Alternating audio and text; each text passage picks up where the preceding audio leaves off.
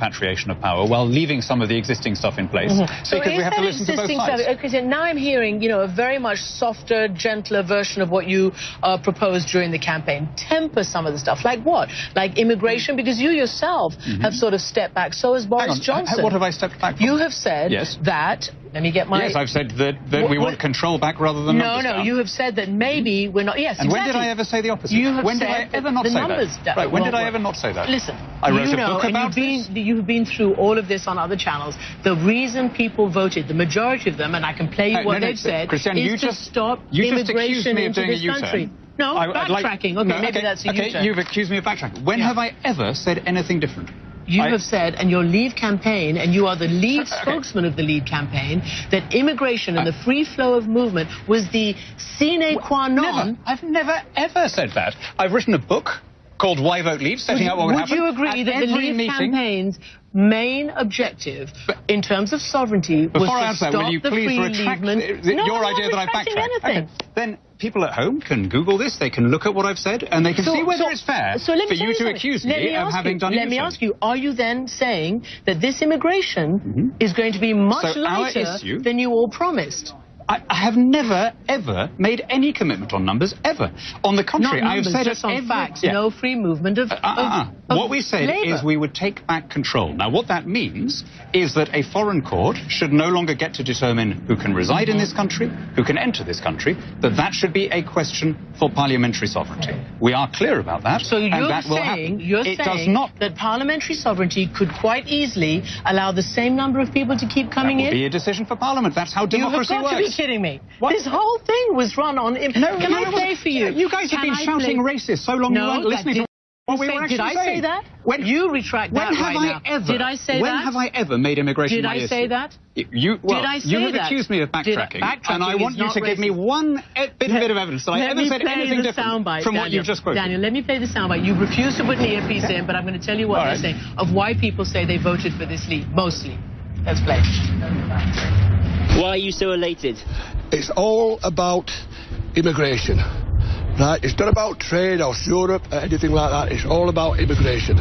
It's to stop the Muslims from coming into this country. Simple as that. So you think you voted to leave the EU to stop Muslims coming to the country? To stop immigration. Right. But the movement of people in Europe, fair enough. But not from Africa, Syria, Iraq, everywhere else. It's all wrong. When we first went in, it was for trade only. The governments went and gave us everything to Germany. My parents, my grandparents fought for England to be free, and it's about time we would come back to be free. Foreigners, get them out, kick them all out. And that's all I've got to say, actually. So, just tell me what you plan then for immigration, because you know, and we all know, because we've done this endlessly for months. You even said, your group even said, that if we had to leave the single market in order not to have the free flow of labour and people, we'd have to leave the single market. Now they're backtracking on that too. This is a global country, a merchant country, a maritime country. We've always been connected to every continent and archipelago, right? The argument against the EU is that it's in decline and that we can do better raising our eyes to more opulent markets overseas. What are people That has been my argument throughout, on every interview, every speech, and I've written a book called Why Vote Leave, where it's all set out. You will not find any argument there. You did back Boris Johnson, and you did back Michael Gove, right? If I was relying on CNN as my only source of evidence, I would think that this was a nativist vote, a protectionist vote. It's the opposite. We're a global country and we can do better than just a regional association. Are you concerned? That's been the argument right from the start. About some of the post-Brexit hate crimes, the graffiti, the hurling of insults. Are you? Come on, that's our fault. The Prime Minister started Parliament today with that. Outrageous question. In every country, in every population. I am asking you, as a politician, are you concerned about some of the fallout? In every country you have some racist idiots. In every society you have some racist idiots. But for you to suggest without any connection that this is somehow connected to the campaign, Daniel, that you couldn't have had, that there were no racists in Britain before, that there are no... Daniel, that's not what I was saying. I said, are you concerned about the fallout and the hate crimes? Again, why I don't believe I used the word racist. Why assume that it's fallout? Let me ask you this about Boris Johnson. that was a why did you stop beating your wife question. No, it wasn't. Why because why people is there have a gone into connection shops between and they have said, we voted out, now and that never happened go before. home. There were never any you racists haven't in this voted country out before. There were never any Daniel, like this let's before. not be tautological here. You haven't voted out What you before. are suggesting is outrageous. What you are suggesting is that there is a connection between people who voted for more democracy and some of these incidents. If some of the hate thing to say without any evidence of any connection we at all. have the evidence, and I put it on the What evidence? You show me a link between the vote and this bad behavior. We will show you the graffiti on the Polish community so there are here. some bad people, we'll tell right? You, right, okay. Right. So of course we condemn that. But 57% rise in hate crime since Brexit. 57% rise in hate crime, according to your police. According to the police here. I'm not making it up. What you're suggesting I'm just asking you, are you concerned? 52% of the country are on a spectrum that connects them to this. Well, of course. Why should I need that goes without saying? Why should I need to say that? You won't answer the other one. Now, let me ask you this about Boris Johnson, okay? Who's maybe, at least he's trying, to be the next Prime Minister and party leader. This is what he said in his column, which he's written. He hasn't gone out and made a big vision speech or a big plan speech. He's written it in a column for which he gets paid a lot of money. He said, I cannot stress too much that Britain is part of Europe and always will be.